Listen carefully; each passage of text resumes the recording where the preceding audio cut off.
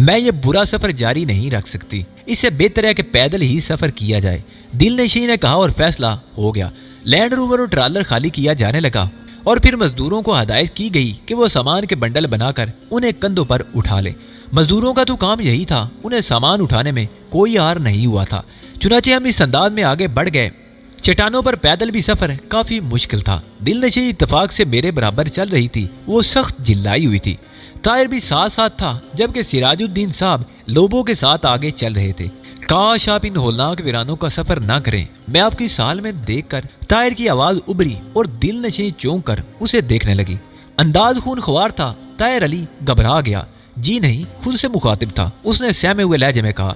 دل نشین نفرت سے گردن جھٹک کر آگے چل پڑی۔ کسی قدر صورتحال کا اندازہ ہو رہا تھا۔ مجھے شرارت سوجی تو میں سرگوشی کے انداز میں کہا، جی چاہتا ہے تمہیں بازوئیں میں اٹھا لوں۔ آگے بڑھو۔ میں نے اردو زبان استعمال کی تھی اور چونکہ یہ الفاظ سرگوشی میں کہے گئے تھے اس لیے آواز بھی نہیں پہچانی جا سکتی تھی، لیکن لہجہ اتنا بلند تھا کہ دل نشین سن لے۔ وہ رک گئی اور خونی نگاہوں سے طاہر کو دیکھنے لگی۔ یہ الفاظ بھی تم نے خود کو مخاطب کر کے کہے ہیں؟ جی مم، میں لگتا ہے یہاں اگر تمہارے دماغ میں خشکی ہو گئی ہے، کیا میں اسے دور کرنے کا کوئی بندوبست کروں؟ میں آپ کو غلط فہمی ہوئی ہے۔ آگے بڑھو، وہ سرد لہجے میں بولی۔ جی آگے بڑھو۔ اس بار وہ گھرائی اور طاہر صاحب جلدی سے آگے بڑھ گئے۔ میں گردن جھکائے چل رہا تھا۔ بیچارہ طاہر اب لوبو اور سراج الدین صاحب کے ساتھ چل رہا تھا۔ دل نشین میرے بالکل قریب تھی اور بڑی مشکل سے قدم آگے بڑھا پا رہی تھی۔ ایک بار وہ لڑکھڑائی تو میں نے اسے گرنے سے بچا لیا۔ وہ سنبھلی اور پھر پوری قوت سے بازو چھڑا لیا۔ شکریہ، بازو چھوڑا بھی جاتا ہے، اس نے طنزیہ انداز میں کہا۔ اس وقت جب یہ یقین ہو جائے کہ گرنے والا سنبھل گیا ہے، میں نے مسکرا کر کہا، آئندہ ایسی بدتمیزی مت کرنا۔ وہ منہ بگاڑ کر بولی، بہتر، میں نے جواب دیا اور میں یہ اندازہ لگا چکا تھا کہ اگر وہ فوراً ہی نہ سنبھلی تو ضرور گرے گی، اور یہی ہوا۔ اگلے پتھر پر قدم رکھتے ہوئے وہ لڑکھڑائی اور اس کے دونوں ہاتھ پھیل گئے۔ میں چاہتا تو اطمینان سے اسے گرنے سے روک سکتا تھا، لیکن میں تھوڑا سا پیچھے کھسک گیا اور وہ اطمینان سے چاروں شانے چت ہو گئی۔ اس کے حلق سے چیخ نکل گئی تھی۔ سب اس کی طرف دوڑ پڑے۔ طاہر سب سے آگے تھا۔ اس نے جھک کر دل نشین کو اٹھانے کی کوشش کی، لیکن جوں ہی وہ جھکا، دل نشین کے الٹے ہاتھ کا تھپڑ اس کے گال پر پڑا اور وہ جلدی سے سیدھا ہو گیا۔ تھپڑ کی آواز تقریباً سب ہی نے سنی تھی۔ دل نشین خود اٹھ کر کھڑی ہوگی۔ اس نے اس بار قہر آلود نگاہوں سے مجھے دیکھا اور پھر آگے بڑھ گئی، لیکن اس کی چال میں لڑکھڑاہٹ تھی۔ اس تکلیف دہ سفر کی رات بھی نہایت بدنما جگہ ہوئی۔ چاروں طرف بدصورت سیاہ چٹانیں ابری ہوئی تھیں، جن کے درمیان خشک جھاڑیوں کے سوا کچھ نظر نہیں آ رہا تھا۔ سامان کھول کر نیچے رکھ دیا گیا اور مزدور اپنے مشاغل میں مصروف ہو گئے۔ مجھے سائیکا کا خیال تھا، چنانچہ کچھ دور جا کر میں نے ٹرانسمیٹر پر سائیکا کو مخاطب کیا۔ وہ تو جیسے انتظار ہی کر رہی تھی۔ ہیلو علی، کیسا سفر ہو رہا ہے؟ میں دیکھ چکی ہوں کہ تم لوگوں نے لینڈ روور چھوڑ دیا۔ علی، تمہیں اس طرح سفر کرتے دیکھ کر مجھے افسوس ہو رہا ہے۔ کیا ان لوگوں کے ساتھ رہنا ضروری ہے؟ ہاں، بے حد ضروری ہے سائیکا، تم اپنی کیفیت بتاؤ۔ بالکل وہی حال ہے جو تمہارا، بڑا تکلیف دہ سفر ہے، لیکن خدا کا شکر ہے کہ کوئی حادثہ نہیں ہوا۔ آگے کا سفر کر سکتی ہو؟ 100%، کیوں نہیں؟ اوکے، سفر جاری رکھو، میں نے کہا اور رسمی باتوں کے بعد سلسلہ منقطع کر دیا۔ بڑے موقع سے یہ گفتگو ختم ہوئی تھی کیونکہ ایک لمحے کے بعد طاہر میرے پاس موجود تھا۔ ہیلو مسٹر طاہر، میں نے اسے دیکھتے ہی کہا۔ ہیلو ٹونی، سفر بے حد تکلیف دہ ہے۔ ہاں بے حد، میں نے جواب دیا۔ یہاں تنہا کیا کر رہے ہو؟ کچھ نہیں، بس کبھی کبھی تنہائی اچھی لگتی ہے۔ تمہاری شخصیت بڑی پر اسرار ہے، طاہر نے کہا۔ کیوں؟ نہ جانے کون ہو تم، جو کچھ نظر آتے ہو وہ ہو نہیں۔ نظر کا چشمہ استعمال کرو، سب ٹھیک ہو جائے گا، میں نے جواب دیا، اور پھر پوچھا، مس سراج کہاں ہے؟ انہوں نے تمہارے ساتھ بہت زیادتی کی ہے، مجھے افسوس ہے۔ مجھے افسوس نہیں ہے۔ کیوں؟ میں نے حیرت سے کہا۔ اس لیے کہ میں بچپن سے اس کا عادی ہوں۔ بچپن سے؟ ہاں، ہم بچپن کے ساتھی ہیں۔ کوئی رومانی داستان؟ ذاتیات پر کوئی گفتگو نہیں ہوگی، طاہر نے کہا۔ خدا حافظ۔ میں اچانک کھڑا ہو گیا اور طاہر کا منہ حیرت سے کھل گیا۔ سنو تو مسٹر ٹونی، او مسٹر، وہ جلدی سے بولا، لیکن میں نے اس کی کوئی بات نہیں سنی اور اس جگہ پہنچ گیا جہاں دوسرے لوگ موجود تھے۔ لوبو سراج الدین صاحب سے باتیں کر رہا تھا۔ مسئلہ اسی تکلیف دہ سفر کا تھا جس کے تصور سے سب لرز رہے تھے۔ سراج الدین صاحب کہہ رہے تھے، یوں لگتا ہے مسٹر لوبو جیسے ہم نے راستوں کا تعین غلط کیا ہے۔ اب تک کا سفر صرف پریشانیوں میں گزرا ہے۔ چٹیل میدان یا پھر ریت کے تودے، وہ جنگل کہاں رہ گئے جو افریقہ سے تعلق رکھتے ہیں؟ ابھی ہم نے بہت مختصر سفر کیا ہے جناب۔ اس طرف کے راستے خشک ہیں، اس لیے سیاح بہت کم ادھر کا رخ کرتے ہیں۔ اس راستے کو عبور کرنے کے بعد آپ کو جنوب کی طرف بڑھنا چاہیے، اس طرف جنگل ملیں گے، اور اگر ہم نے سیدھا راستہ اختیار کیا تو مشکلات میں اضافہ ہوتا چلا جائے گا۔ مسئلہ تو اس راستے کو عبور کرنے کا ہے، مسٹر سراج الدین نے کہا، اور پھر میری طرف رخ کر کے بولے، کوئی مشورہ دو مسٹر ٹونی، سوری تمام صورتحال آپ کے سامنے ہے۔ تب پھر یوں کریں کہ جلد سے جلد سفر طے کیا جائے تاکہ مصائب کا خاتمہ جلد از جلد ہو جائے۔ اس پروگرام کے تحت سفر کی رفتار تیز کر دی گئی۔ کیرائل نے تیراڈو کے لیے جو نقشے ترتیب دیے تھے ان پر انحصار بحالت مجبوری کیا گیا تھا، کیونکہ اس کے علاوہ اور کوئی ذریعہ نہیں تھا۔ ہاں، اگر میں اپنی اصل حیثیت سے تنظیم یا کسی عرب ملک سے اس سلسلے میں مدد مانگتا تو صورتحال دوسری ہوتی، لیکن اب تو یہی سب کچھ تھا اور اسی طرح اپنی منزل تلاش کرنا تھی۔ مجھے احساس ہو رہا تھا کہ اس بار میرے پاس کام کرنے کے ٹھوس منصوبے نہیں ہیں اور میں نہایت کمزور بنیاد پر کام کر رہا ہوں، لیکن سینے کی گہرائیوں میں اللہ موجود تھا، اور ارادے نیک ہوں اور مقصد جائز ہو تو راستوں کی تلاش ضروری نہیں ہے۔ غیبی قوتیں ضرور مدد کرتی ہیں، یہ میرا ایمان تھا، اور یہ احساس ایسے اوقات میں تقویت بخشتا تھا۔ دل نشیں پر کئی بار نگاہ پڑی، بازور اور خود سر لڑکی معلوم ہوتی تھی۔ ظاہر ایک بگڑے ہوئے نواب کی بیٹی تھی، کسی کو خاطر میں نہ لانے والی۔ طاہر صاحب کا جغرافیہ بھی چند الفاظ میں سمجھ میں آ گیا تھا۔ موصوف شاید نواب صاحب کے ہاں پلے بڑے تھے اور غالباً بچپن ہی سے دل نشیں کے عاشق تھے، لیکن دل نشیں کے رویے سے اندازہ ہوتا تھا کہ وہ ان سے ذرا بھی متاثر نہیں ہے، ورنہ ان کے گال پر ایسا کرارا تھپڑ نہ لگاتی، اور وہ بھی سب کے سامنے۔ وہ سفر کر رہی تھی لیکن گرنے سے اسے خاصی چوٹ لگی تھی جس کا اظہار ہو رہا تھا۔ پتھریلا چٹانی راستہ واقعی جان لیوا تھا، آنکھیں بند کر کے ہی اسے نظر انداز کیا جا سکتا تھا۔ یہ سمجھ لیا کہ زندگی کا سفر انہی چٹانوں سے گزر کر کیا جائے گا، اس لیے سفر کرتے رہیے، اور جب یہ علاقہ ختم ہوا تو سب زمین پر بیٹھ گئے۔ کسی میں اتنی ہمت بھی نہیں تھی کہ اس نئی جگہ کا جائزہ ہی لے لے۔ یہ تھکن کئی گھنٹوں میں اتری، رات ہو گئی تھی، اس لیے مناظر نگاہوں سے اوجھل تھے۔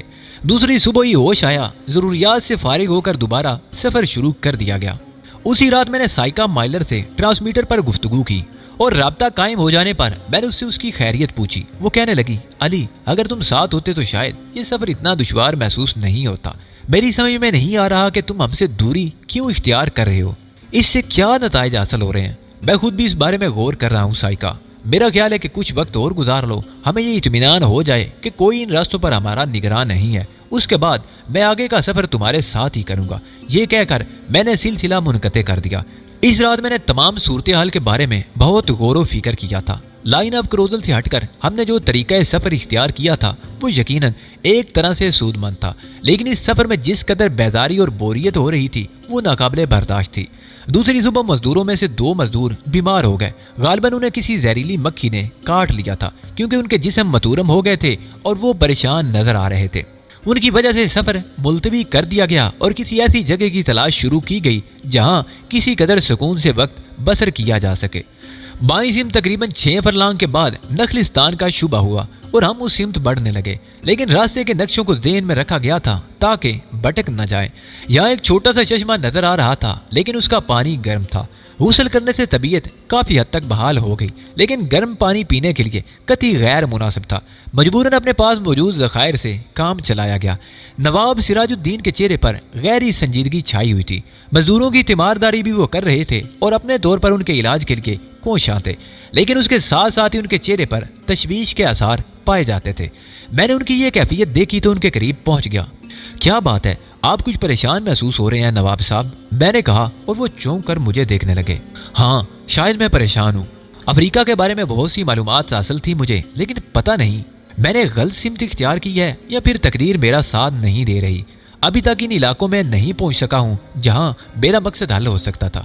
جڑی بوٹیوں پر تحقیقات بلا شبہ ایک اچھا عمل ہے نواب صاحب، لیکن آپ یہ سوچ لیجئے کہ اس میں نہ صرف آپ کو بلکہ آپ کی بیٹی اور سیکٹری اور ان مزدوروں کو بھی خطرہ لاحق ہو سکتا ہے۔ یہاں تو آپ نے صحیح راستوں کا تعین نہیں کیا یا پھر آپ کی معلومات میں کوئی کمزوری ہے۔ نواب صاحب پر خیال انداز میں گردن ہلانے لگے اور پھر بولے، بہرحال میں نے ایک فیصلہ کیا ہے مسٹر ٹونی، وہ یہ کہ میں مزید 10 دن اپنے مقصد کی تلاش میں صرف کروں گا، اور اگر ان 10 دنوں میں بھی مجھے کامیابی نصیب نہ ہوئی تو پھر میں واپسی کا سفر شروع کر دوں گا۔ تم لوگوں کو تو اس پر کوئی اعتراض نہیں ہے نا؟ آپ نے ہم سے 6 مہینے کا معاہدہ کیا تھا نواب صاحب، اگر آپ خود واپسی کا پروگرام بنائیں گے تو ہمیں اس پر کیا اعتراض ہو سکتا ہے؟ हाँ, बस न जाने क्यों तबीयत पर एक बेजारी सी तारी हो गई है। अगर एक झलक भी नजर आ जाती अपने मकसद की, किसी चीज की, तो शायद मैं इस कदर बददिल ना होता। मैंने महसूस किया है कि दिल नशीं भी कुछ थकी थकी सी है। वैसे वो तो यहाँ आने की बेहद शौकीन थी और उसने अपने तौर पर बहुत से प्रोग्राम बनाए थे, लेकिन अब वो खासी बददिल नजर आती है। मैंने कोई जवाब नहीं दिया। दोपहर गुजर रही थी और हम अपने मशागल से फारिग होने के बाद आराम से लेट गए थे कि अचानक दिल नशीं मेरे पास से गुजरी। मैं उठकर बैठ गया। उसने पलटकर मेरी तरफ देखा, निगाहों में गुस्सा था। चंद लम्हे वो मुझे देखती रही और फिर नफरत से गर्दन झटक कर आगे बढ़ गई। मेरे होंठों पर मुस्कुराहट फैल गई थी। उसने चंद कदम दूर जाने के बाद पलटकर मुझे देखा और फिर आहिस्ता आहिस्ता मेरे करीब आ गई। तुम समझते क्या हो खुद को? उसने कहा और मैं मुस्कुराती निगाहों से उसे देखने लगा। तशरीफ रखिए मिस दिलनशी, मैंने अंग्रेजी में कहा। जी नहीं, मैं आपके पास तशरीफ रखने नहीं आई। मैं तुम्हारी उस मुस्कुराहट की वजह जानना चाहती हूँ। मुझे देखकर तुम इस अंदाज में मुस्कुराते हो जैसे मुझ पर तंज कर रहे हो। मुझे कोई अहमियत नहीं देते। बोलो, क्या समझते हो खुद को? अगर आप तशरीफ रखें तो ये मसला भी हल हो जाएगा, मैंने उर्दू में कहा और वो एकदम चौंक पड़ी। क्या कहा तुमने? क्या? मैंने अर्ज किया कि आप तशरीफ तो रखें। इस बार मैंने अंग्रेजी में कहा। तुम उर्दू बोलते थे? जी नहीं, आपको गलत फहमी हुई। मैं उर्दू नहीं जानता, मैंने कहा। क्या तुम मुझे पागल समझते हो या पागल बनाने की कोशिश कर रहे हो? अगर आप तशरीफ रखें तो ज़रा तफसीली गुफ्तगू होगी। इस बार मैंने उर्दू में कहा और उसने दोनों हाथों से सर पकड़ लिया। वो चंद लम्हे चकराते हुए ज़हन को संभालने की कोशिश करती रही और फिर बोली, क्या तुम जादूगर हो या कोई बहुत ही चालाक और शातिर आदमी? मुझे अहमक बना रहे हो क्या? ये जुमले तुमने उर्दू में नहीं अदा किए। मैं हंस पड़ा। चलिए, आपकी बात दुरुस्त सही, मैंने उर्दू ही में कहा। तो इससे क्या फ़र्क पड़ता है? इससे मेरी चालाकी या मेरा शातिर होना कैसे साबित होता है? ओह, तो तुम बिल्कुल अहले ज़बान की तरह उर्दू बोल रहे हो। मैंने आपसे पहले भी उर्दू बोलने की कोशिश की थी और आप मुझे नज़रअंदाज करके चली गई। कब? स्कैनिंग फील्ड की बात कर रहा हूँ। उस वक्त जब मैं नीचे से गुजर रहा था और आप ऊपर से फिसलती हुई आ रही थी और मुझसे टकरा गई थी। क्या? दिल नशी की आंखें मुतहिराना अंदाज में फैल गई। उसने बगौर मुझे देखते हुए कहा, लेकिन तुम वो तो नहीं हो। मैं वही हूँ मिस दिल नशी, मैंने मुस्कुराते हुए कहा। लेकिन तुम्हारा ये बदला हुआ चेहरा, आप इसे मेकअप कह सकती हैं। हूँ, तो ये बात है क्या? मैंने हैरान अंदाज में कहा। वो मुझे घूरती रही और फिर आहिस्ता से बोली, सुनो, अगर तुम मेरे लिए अपने दिल में कोई खास तसव्वुर रखते हो तो इसे दिल से निकाल दो। मैं किसी और ही किस्म की लड़की हूँ। मेरी फितरत में मर्दानगी है। मैं दोस्ती की गायल ज़रूर हूँ, लेकिन इस अंदाज में नहीं जैसे कि मर्द किसी लड़की से तवक्को रखते हैं। आप गलत कह रही हैं मिस दिलनशी। बहरहाल आप एक लड़की हैं। बकवास मत करो। मैं साबित कर सकती हूँ कि मैं एक मुख्तलिफ लड़की हूँ। तुमने बिला वजह मेरे लिए ये तरीकाकार इख्तियार किया। अब कर ही लिया है तो रहने दीजिए, किसी से तज़किरा मत कीजिएगा। हूँ, अपना असल चेहरा दिखाओ, वो बोली और मैंने मसनूई चीज़ें उतार कर हाथ पर रख ली। वो मुझे देखती रही और फिर उसके होंठों पर मुस्कुराहट फैल गई। तुम वाकई अजीब आदमी हो। डैडी सोच भी नहीं सकते कि कोई उनका हम वतन उनके साथ है। अरे हाँ सुनो, तुम्हारा ताल्लुक कहाँ से है? अब इतनी सारी तफसीलात जाने दीजिए। यूँ समझ लीजिए कि आवारा गर्द हूँ। ज़िंदगी मुख्तलिफ ममालिक में गुजारी है और इन दिनों अफ्रीका की सियाहत कर रहा हूँ। मुफलिस आदमी हो? जी हाँ, अगर मुफलिस ना होता तो मजदूरी क्यों करता? मजदूरी? मैं तो समझती हूँ कि तुमने ये तमाम हरकत मेरे लिए की है। चलिए यूं ही सही, ठीक है, मैं किसी से तज़किरा नहीं करूँगी, लेकिन सुनो, मैं जो कुछ कह चुकी हूँ वो एक हकीकत है। मेरी तरफ से कभी लचक की गुंजाइश का तसव्वुर मत करना। मैं तुम्हारी दोस्त तो बन सकती हूँ, महबूब नहीं। दोस्ती भी क्या बुरी चीज़ है, मैंने मुस्कुराते हुए कहा और वो भी मुस्कुराने लगी।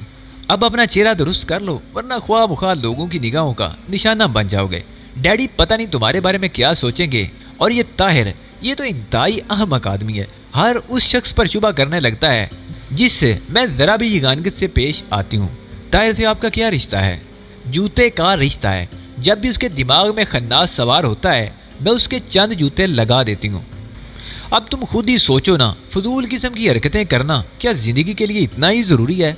भाई हम साथी और दोस्तों की हैसियत से भी वक्त गुजार सकते हैं। हाँ यकीनन, मैंने मुस्कुराते हुए गर्दन हिला दी। दिलनशी से ये दोस्ती किसी कदर दिलचस्प साबित हुई थी। वो कहने लगी, अगर तुम इंसान बनकर मेरे साथ पेश आओ तो मेरी ये बेजारी दूर हो सकती है। कोशिश करूंगा मिस दिलनशी कि आपको मुझसे कोई शिकायत ना हो, मैंने जवाब दिया। काफी देर तक हम साथ बैठे रहे। मजदूरों की हालत कुछ बेहतर हो गई थी।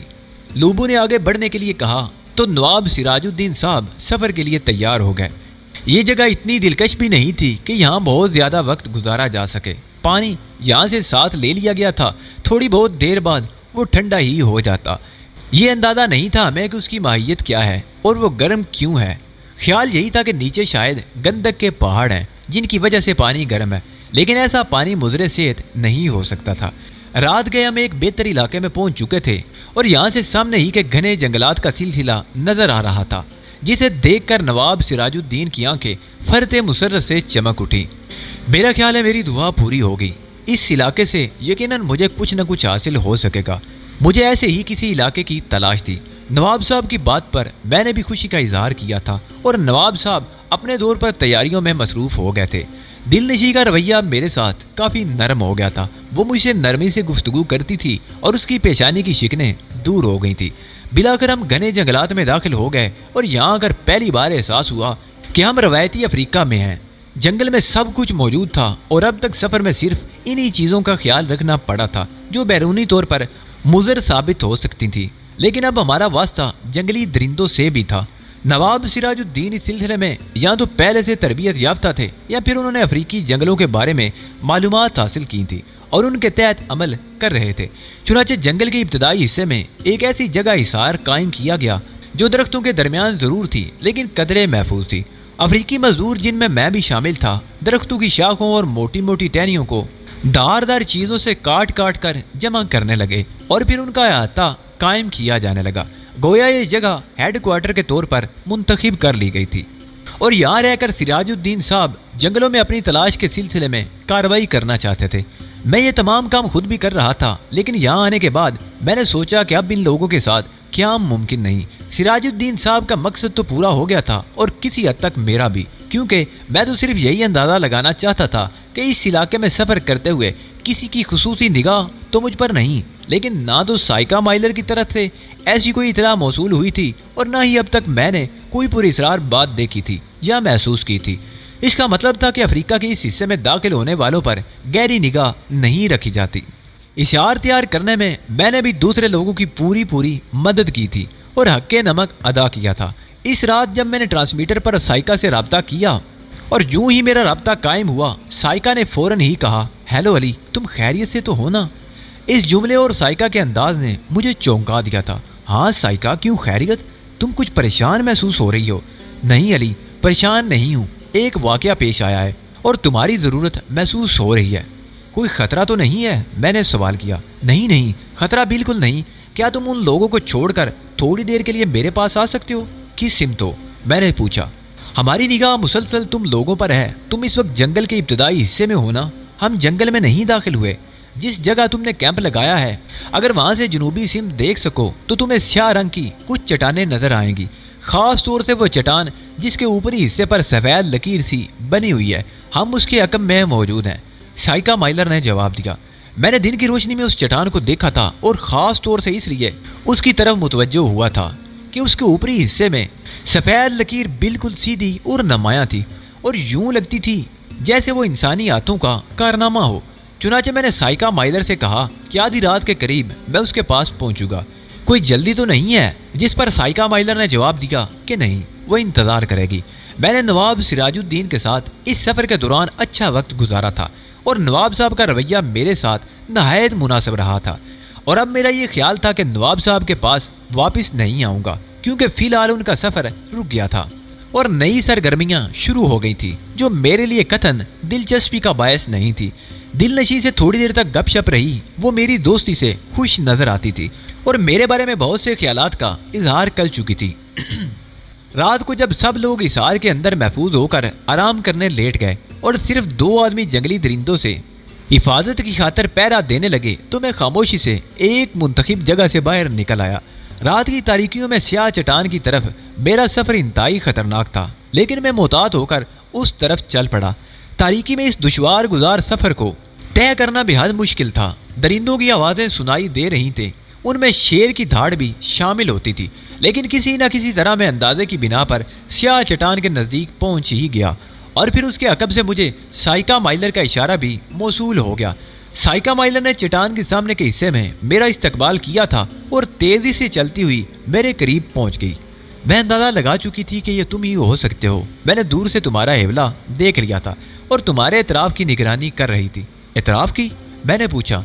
हाँ, इलाका बहुत खतरनाक है। मैंने अभी थोड़ी देर कबल ही इधर से शेर को गुजरते देखा था। साइका माइलर के लहजे में हल्की सी लर्जिश थी। हम चट्टान की दूसरी जानिब पहुंच गए। यहाँ मैंने साइका माइलर के साथियों को अलर्ट देखा। उन्होंने आग रोशन नहीं की थी, लेकिन तारीकी में वो हथियारों से मुसल्ला चारों सिमत मौजूद थे और यूं लगता था जैसे वो बाकायदा किसी दुश्मन की आमद के मुंतजिर हों। मैंने मुस्कुराती निगाहों से साइका माइलर को देखा और कहा, तुम्हारे लिए तो ये सफ़र खासा कठिन होगा। मिस माइलर, मेरा ख्याल है इससे कबल तुमने कभी अफ्रीका के जंगलात का रुख नहीं किया। यकीनन अब तक मैं और मेरे साथी शहरी आबादियों में हर तरह के हंगामे करते रहे हैं, लेकिन जंगल की ये ज़मीन हमारे लिए बिल्कुल अजनबी है और परेशान कुन भी होगी। मैंने कहा, शायद तुम इस पर यकीन ना करो अली कि ये सब यहाँ की इस मुहिम जो ज़िंदगी से बहुत खुश हैं और अपने तौर पर इससे लुत्फ़अंदोज़ हो रहे हैं। क्या वाकई? हाँ, मुझे खुद भी उम्मीद नहीं थी, क्योंकि अब तक का सफ़र इंतहाई दुश्वार हालात में कटा है। हमें हर लम्हा मोहतात रहना पड़ा है, उस दुश्मन से भी जिसके बारे में कुछ मालूम नहीं, जंगल की पूरी इसरार ज़िंदगी से भी और जंगली दरिंदों से भी। लेकिन अली, अगर तुम इस बात की दाद ना दो तो ये ज़्यादती होगी कि मैंने अफ्रीका के बारे में मालूमात हासिल करके वो सारे इंतज़ामात कर लिए थे जो हमारे लिए ज़रूरी हो सकते थे, और इन इंतज़ामात में पूरा फ़ायदा उठा रही हूँ। आओ उस तरफ आ जाओ। वो जगह मैंने अपने लिए मुंतखब की है, साइका ने एक तरफ बढ़ते हुए कहा। एक हिस्से में एक चट्टान बिल्कुल खोखली थी, जिसे साफ सुथरा करके साइका ने अपने आराम के लिए मुंतखब किया था और नीचे बिस्तर नुमा चीज़ बिछा ली थी। मैं चट्टान की दीवार से टेक लगाकर बैठ गया और साइका भी मेरे करीब ही बैठ गई। सबसे पहले मैं इस अजीब वाक़े के बारे में जानना चाहता हूँ जिसके लिए तुम मुझसे मिलने को बेचैन थी। बताऊंगी उस बारे में भी। ये बताओ, कुछ पियोगे? मैं उस गिरोह में तुम्हारी हैसियत का अंदाज़ा लगा चुकी हूँ। मेरा ख्याल है तुम एक मजदूर की हैसियत से उनके दरमियान शामिल थे। क्या इस सिलसिले में तुम्हें बहुत सी परेशानियों का सामना नहीं करना पड़ा होगा? नहीं, कोई ख़ास परेशानी नहीं साइका, बल्कि हमारे इब्तदाई सफ़र का ये मरहला ज़्यादा बेहतर रहा। इस तरह कम अज़ कम हमें यह अंदाज़ा तो हो गया कि कोई हमारे ताक़ुब में तो नहीं या कोई हमारी निगरानी तो नहीं कर रहा। गोल्डीन के मौत के बाद मुझे इस बात का शुबा था कि मुमकिन है कुछ लोगों की निगाहों में हम आ गए हों और वो सफ़र के दौरान हमारा ताक़ुब करें, लेकिन मेरा ख्याल है अब तक ऐसा नहीं हुआ। क्या तुमने ऐसी कोई बात महसूस की? नहीं, बिल्कुल नहीं। बहर तौर अगर तुम कुछ पीने की ख्वाहिशमंद नहीं रखते तो आओ अली, मैं तुम्हें वो चीज़ दिखाऊं जिसके लिए मैंने तुम्हें इस वक्त यहाँ ज़हमत दी है। साइका ने कहा और अपनी जगह से उठ गई। मैं मुतजस्सिस अंदाज में उसके साथ चल पड़ा था। तकरीबन 10 गज का फासला तय करने के बाद वह एक और चट्टान के करीब पहुँच गई। यहाँ रेड पैंथर्स के सामान का अंबार मौजूद था। साइका ने उसमें से एक ताकतवर बैटरी लैंप उठाया और एक चट्टान के अकब में पहुँच गई। यहाँ एक गार का सुराख नजर आ रहा था। इन आम किस्म की चट्टानों में कोई गार भी होगा, इसका अंदाज़ा कम अज़ कम दूर से देखने पर नहीं होता था। मैं साइका के साथ उस गार में दाखिल हो गया। बहुत ही छोटा सा गार था जो चट्टान के निचले हिस्से को खोखले हो जाने से बन गया था। यहाँ पर एक बिस्तर पड़ा हुआ था और इस बिस्तर पर एक इंसानी बदन मौजूद था। साइका ने लैंप उसके सराहने रख दिया। वो साकत व जामद था, बुरी तरह उलझे हुए बाल, बड़ी हुई दाढ़ी, बोसीदा लिबास और निचले जिस्म की बहुत बुरी हालत थी। एक टांग घुटने के पास से गायब थी, दूसरी शदीद जख्मी नजर आ रही थी। उस पर कपड़े की पट्टियां कस कस कर बांध दी गई थी। दाहिना बाजू भी शदीद जख्मी था। मैं बुरी तरह चौंक पड़ा। ये कौन है? क्या तुम्हारा कोई साथी? मैंने सवाल किया और लैंप लेकर उसके चेहरे पर झुक गया। दूसरे ही लम्हे मुझे एहसास हुआ कि उसके बदन में नफ्स नहीं है। साइका उसका चेहरा देख रही थी। मैंने फिर उससे इस बारे में सवाल किया तो वो बोली, नहीं अली, ये मेरा साथी नहीं, बल्कि हमने यहीं इसी गार में इसे दरियाफ्त किया है। इसकी कराएं हमें सुनाई दी तो हम इसकी जानिब मुतवज्जो हो गए और उसके बाद ये तकरीबन 6 या 7 मिनट तक हमारे सामने जिंदा रहा। पानी पिलाना इसके लिए मौत का सबब बन गया। ये पानी पीता रहा था। मैंने मुतअज्जब अंदाज में उस मुर्दा शख्स को सर से पांव तक देखा। लिबास बोसीदा जरूर था, लेकिन जदीद दर्द का था। चेहरा किसी यूरोपीय नस्ल के बाशिंदे ही का मालूम होता था। खदोखाल अच्छे थे और उम्र 40-42 साल के करीब थी। यूं लगता है जैसे किसी जंगली जानवर ने इसकी ये टांग चबा डाली हो, लेकिन ऐसा जानवर जो जिंदा छोड़ दे भेड़िया ही हो सकता है। इसके पास खाली पिस्तौल भी मिला है, कारतूस भी नहीं था। मैं इसके सामान की तलाशी ले चुकी हूँ। सामान? हाँ, ये देखो, ये इसका सामान मौजूद है, साइका ने कहा, और एक छोटा सा ब्रीफ केस जो भूरे रंग का था वहीं के एक हिस्से से निकाल कर मेरे सामने रख दिया। उसमें खाने पीने की कुछ चीजें, पानी की खाली बोतल और ऐसा ही कुछ बेकार सामान मौजूद था जो तुम्हारे लिए काबिल तवज्जो नहीं होगा, लेकिन इस ब्रीफ केस में बहुत कुछ है। उसने ब्रीफ केस खोल दिया। ब्रीफ केस में बादामी रंग के कवर की एक फाइल रखी हुई थी, एक छोटा सा कैमरा, हरारत पैमाप और चंद छोटे छोटे स्याह रंग के बॉक्स भी मौजूद थे जिनके ऊपर डायल सुइयां लगी हुई थी। मुमकिन है ये डायनामाइट या टाइम बम टाइप की चीज हो, लेकिन इनका हजम बहुत छोटा था। मैंने पुरतजस्सुस निगाहों से साइका माइलर को देखा और फिर फाइल उठा ली। क्या तुम इसका जायजा ले चुकी हो? हाँ, ये लाइन ऑफ क्रोजल ही से मुतल्लक है। मैंने एक मुतजस्सिस निगाह बिस्तर पर पड़ी हुई लाश पर डाली और फिर फाइल रोशनी के नजदीक करके बैठ गया। फाइल में जो कोड लगे हुए थे वो इशाराती जबान में थे।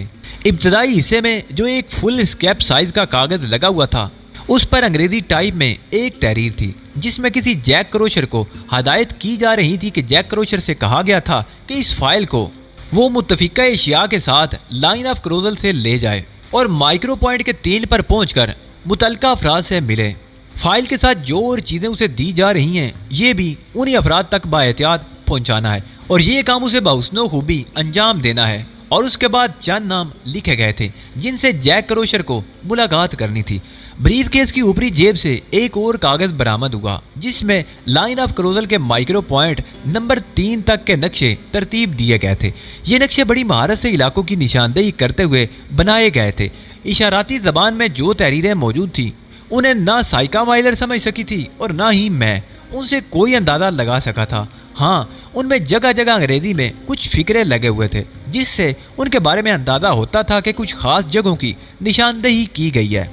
साइका माइलर ने थोड़ी देर बाद कहा, इन फिक्रों से जाहिर होता है कि जिन जगहों की निशानदेही की गई है अली, ये वो असला साज फैक्ट्रियां हैं जो अरबों के सरमाए से तामीर हुई हैं। और अब इस बात में कोई शक शुबा नहीं है कि स्टीफन बराकोडा इन इलाकों में अपना जाल मजबूत करने में मसरूफ है। लेकिन अली, क्या जरूरी है कि हम बराह रास्त बराकोडा तक ही पहुंचने की कोशिश करें? हम इन साजिशों को साजिश के जरिए भी तो नाकाम बना सकते हैं। मैंने साइका माइलर की तरफ देखा और मेरे होंठों पर मुस्कुराहट फैल गई। क्यों, क्या तुम मुझसे मुत्तफिक नहीं हो? नहीं साइका, बात ये नहीं, बल्कि मैं सोच रहा हूँ कि तुम बिलाशुबा इंतहाई ज़हीन लड़की हो। तुम्हारा ये आइडिया गलत नहीं है।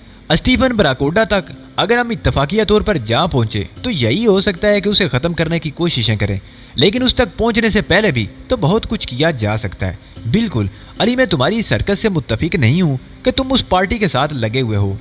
मैंने उनकी मुलाजमत से इस्तीफा दे दिया है साइका। क्या मतलब? क्या अब तुम वहाँ नहीं जाओगे? हाँ, अब वहाँ जाने से कोई फ़ायदा नहीं। गुड, इसका मतलब है कि अब ज़्यादा लुत्फ आएगा, साइका माइलर ने कहा और मैं हंस पड़ा। क्यों, तुम फिर हंस पड़े? वो मुश्तबा निगाहों से मुझे देखते हुए बोली, नहीं डियर, कोई ख़ास बात नहीं, बल्कि जो तजवीज़ मेरे ज़हन में आई है उस पर गौर करते करते फिर मुझे हंसी आ गई है, क्योंकि बदकिस्मती से मेरे और तुम्हारे सितारे बहुत देर तक यकजा नहीं रहते। हमें एक बार फिर एक दूसरे से अलग होना है। साइकरा ऊपरी होंठ भींचे हुए मुझे देखती रही, फिर सर्द लहजे में बोली, अली, जो कुछ मैं कहना चाहती हूँ वो नहीं कहूँगी क्योंकि मैं जानती हूँ इससे तुम्हारा मूड खराब हो जाएगा। चलो वादा, मूड खराब नहीं होगा। अगर ऐसी कोई बात हो तो आइंदा एहतियात कर लेना। तुम समझते हो अली कि मैं अपने खास जज्बात के तहत तुम्हारी कुर्बत चाहती हूँ। अब ऐसा नहीं है अली, जब एक बात का इल्म हो गया है तो फिर हमाकतें करने से क्या फ़ायदा? क्या दोस्ती कोई मुस्तहकम चीज़ नहीं होती? मैंने साइका माइलर के बाजू पर हाथ रखकर उसे आहिस्ता से दबाते हुए कहा, साइका, भरोसा करो, मेरे ज़हन के किसी गोशे में ऐसी कोई बात नहीं। और यकीन करो, ये अल्फाज कहते हुए मैंने इस अंदाज में सोचा भी नहीं था। ना सोचना अली, मैं साफ सुथरे ज़हन की मालिक हूँ और बहुत ज़्यादा हमाकतों का शिकार नहीं होती। बहरहाल जिस तरह तुम मुनासिब समझो कार्रवाई करो। क्या प्रोग्राम है तुम्हारे जहन में? तुमने एक दिलचस्प चीज़ दरियाफ्त की है साइका। जैक क्रोशर नामी ये शख्स यकीनी तौर पर उन लोगों से मुतल्लक होगा जो लाइन ऑफ क्रोजल के खिलाफ काम कर रहे हैं। मेरे ख्याल में अगर मैं इसकी हैसियत इख्तियार कर लूँ तो बहुत से इंकशाफात हो सकते हैं। जिन रास्तों की निशानदेही की गई है और जिस जगह को माइक्रो पॉइंट नंबर 3 कहा गया है, मुमकिन है वहाँ से हमें मज़ीद मुफीद मालूमात हासिल हो सके। मैं समझता हूँ कि इस मौके से फ़ायदा उठाना हमाकत है, मगर तुम इस शख्स की हैसियत कैसे इख्तियार करोगे? मेकअप? क्या तुम्हारे पास मेकअप का सामान नहीं है? क्यों नहीं, जो चीज़ें तुमने मुझे बताई हैं वो सब मैंने तुम्हारी हदायत के मुताबिक अपने साथ रखी हैं। तो फिर इसी सिलसिले में मजीद क्या दिक्कत हो सकती है? मेरा मतलब है कि नामालूम इस शख्स की क्या हैसियत हो, न जाने कौन कौन इसका शनासा हो। इन तमाम उलझनों से कैसे निपटोगे? कुछ ना कुछ कर ही लिया जाएगा डियर। इस मौके से फ़ायदा उठाना बड़ा ज़रूरी है। साइका माइलर कुछ देर सोचती रही, फिर हंस पड़ी। इसका मतलब है कि फिर वही तन्हाई और वही सहरा गर्दी जिसमें दिलचस्पी की कोई सूरत नहीं। कमाल की बात है, तुमसे तो तुम्हारे साथी बेहतर जा रहे हैं कि वो खुद को एक मुहिम जोश समझते हैं। तुमने पता नहीं क्यों खुद पर बेदारी तारी कर ली है। नहीं नहीं, ऐसी बात नहीं, मैं तो मजाक कर रही थी। एली अक्सर तुम्हारे बारे में तरह तरह की बातें करती रहती है। इस वक्त भी उसका ध्यान हमारी ही तरफ होगा। वो सोच रही होगी कि तुम्हारा ये नर्म रवैया कहीं मुझसे दिलचस्पी का बायस तो नहीं है। हालांकि मैं उसे थोड़ी सी तफसीलात बता चुकी हूँ। क्या ये बेहतर नहीं होगा साइका कि तुम दोनों खुद को और समझना ही छोड़ दो? बेहतर तो होगा लेकिन मुमकिन नहीं, साइका ने जवाब दिया। मैं गहरी सांस लेकर खामोश हो गया था। मुझे खदशा था कि नवाब सिराजुद्दीन मेरी गुमशुदगी से परेशान होकर मुझे इतराफ में तलाश करने की कोशिश ना करें और कहीं उनके साथी यहाँ तक ना पहुँच जाए। चुनाचे बेहतर यही था कि इस जगह को छोड़ दिया जाए और लाइन ऑफ क्रोजल की जानिब सफ़र किया जाए। तकरीबन सुबह 4 बजे तक हम लोग नक्शों पर गौर करते रहे और रास्तों के बारे में अंदाजे लगाने की कोशिश करते रहे। फिर मैंने साइका से अपना मकसद बयान कर दिया। साइका इससे से बोली, फिलहाल तो तुम हमारे साथ ही सफ़र करोगे ना? किसी मखसूस जगह जाकर अलहदगी इख्तियार कर लेना। दिन की रोशनी में बाकी तमाम काम आसानी से हो सकते हैं। वैसे अगर तुम चाहो तो इस वक्त हम यहाँ से आगे बढ़ जाएं। तुम्हारे साथी सो रहे होंगे। मैंने कहा, नहीं, वो सब जफाकश इंसान है। अगर सो भी रहे हैं तो उन्हें जाग कर यहाँ से आगे बढ़ने में कोई कबाहत नहीं होगी। लेकिन इस लाश का क्या किया जाए? उसे यहाँ छोड़ देना ही मुनासिब है। जाहिर है इससे ज्यादा हम और क्या कर सकते हैं इसके लिए। साइका माइलर ने अपने साथियों को हदायत दी और थोड़ी देर के बाद वहाँ गहमा गहमी हो गई। तकरीबन 20 मिनट के बाद हम लोग रवानगी के लिए तैयार थे। हमारा प्रोग्राम यही था कि सूरज निकलने तक यहाँ से काफ़ी आगे पहुँच जाएं और उसके बाद आराम से किसी मुनासिब जगह क़याम करें। सफ़र काफ़ी तेज़ रफ्तारी से किया गया और हम इस जगह से काफ़ी दूर निकल आए। पो फुट रही थी और हम मुसलसल आगे बढ़ रहे थे। ये एक तंग सी पहाड़ी पगडंडी थी जो बुलंदी की जानिब जाती थी। तकरीबन 1.5 घंटे तक सफ़र करने के बाद हम एक बहुत खूबसूरत इलाके में पहुँच गए। चट्टानों की दरारों में उगे हुए पौधे फूलों से लदे हुए थे। शफाफ पानी की नदी पहाड़ी नशेबो फराज में छींटे उड़ाते हुए गुजर रही थी। बेहद हुसीन मंदिर था। चुनाचे यही जगह क़याम के लिए मुंतखब कर ली गई और यहाँ हमने डेरा डाल दिया। अब कम अज़ कम इस बात का इत्मीनान हो गया था कि नवाब सिराजुद्दीन इतने फासले तक मुझे तलाश करने की कोशिश नहीं करेंगे। साइका माइलर ने इन हुसीन मनाजर को देखकर एक ठंडी सांस ली और फिर सुबह के नाश्ते की तैयारियों में मसरूफ़ होगी। बेहतरीन किस्म की काफ़ी के साथ चंद चीज़ें उसने मेरे सामने रखी और ख़ुद भी मेरे साथ बैठकर नाश्ता करने लगी। नाश्ते के दौरान उसने कहा, दर हकीकत इंसान की ज़िंदगी में बहुत से हुसीन पहलू होते हैं, बशर्तिया कि वही सब कुछ मिल जाए जिसकी उसे तलब हो। अब ऐसे इलाकों को देखकर किसका जी ना चाहेगा कि ज़िंदगी यहीं गुजार दी जाए। मैंने मुस्कुराकर साइका की तरफ देखा और बोला, जिंदगी के रास्ते में बेशुमार ऐसी मुकामात आते हैं। मुकाम को अपनी ज़रूरत समझकर और उसकी खातिर खुद को पाबंद तो नहीं किया जा सकता, क्योंकि ज़िंदगी हरकत का नाम है, जमूद का नहीं। ये दुरुस्त है, लेकिन वो लोग भी तो होते हैं जो किसी एक मरकज़ पर खुशी और खुरम ज़िंदगी गुजार देते हैं। हाँ, ऐसे लोग भी होते हैं, लेकिन हालात के जबर को ज़िंदगी का जमूद नहीं समझना चाहिए। छोड़ो इस बहस को। अब ये बताओ क्या प्रोग्राम है? आराम करें? हाँ, रात तो बर्बाद हो गई, अब मुनासिब है कि कुछ देर आराम कर लिया जाए। साइका ने अपने साथियों को हदायत कर दी और उसके बाद हम यहाँ नींद लेने के लिए लेट गए। शाम के तकरीबन 4 बजे थे जब मैं जागा। साइका के साथी अपने अपने कामों में मशगूल हो गए थे। कुछ अभी तक सो रहे थे। जो जाग रहे थे वो नदी के पानी से गुस्ल का लुत्फ उठाने में मसरूफ थे। अच्छी खासी पिकनिक का समा बंध गया था। साइका भी जाग गई थी। वो मेरे करीब आ खड़ी हुई और उन लोगों की खुश फेलियां देखने लगी। थोड़ी देर के बाद उसने संजीदगी से कहा, क्या प्रोग्राम है अली? आज ही यहाँ से आगे बढ़ने का इरादा है या रुकोगे? साइका, क्या यह बेहतर नहीं होगा कि ये दिन हम यहीं गुजार दें और दूसरी तैयारियां मुकम्मल कर लें? जैसा तुम मुनासिब समझो, साइका ने जवाब दिया। मैंने अपने ज़हन के गोशों में जैक क्रोशर का चेहरा महफूज कर रखा था और اور اس کا تمام سامان بھی ہمارے پاس تھا۔ اسی سامان سے اس کی ایک تصویر بھی مل گئی تھی جس کی مدد سے میں نے اپنے چہرے پر میک اپ شروع کر دیا تھا۔ تقریباً 1.5 گھنٹہ اس کام میں صرف ہوا، پھر میں نے اپنی کارکردگی کا ناقدانہ انداز میں جائزہ لیا اور مطمئن ہو گیا۔ سائقہ نے بھی میرے کام کی تعریف کی اور اپنا اطمینان ظاہر کر دیا۔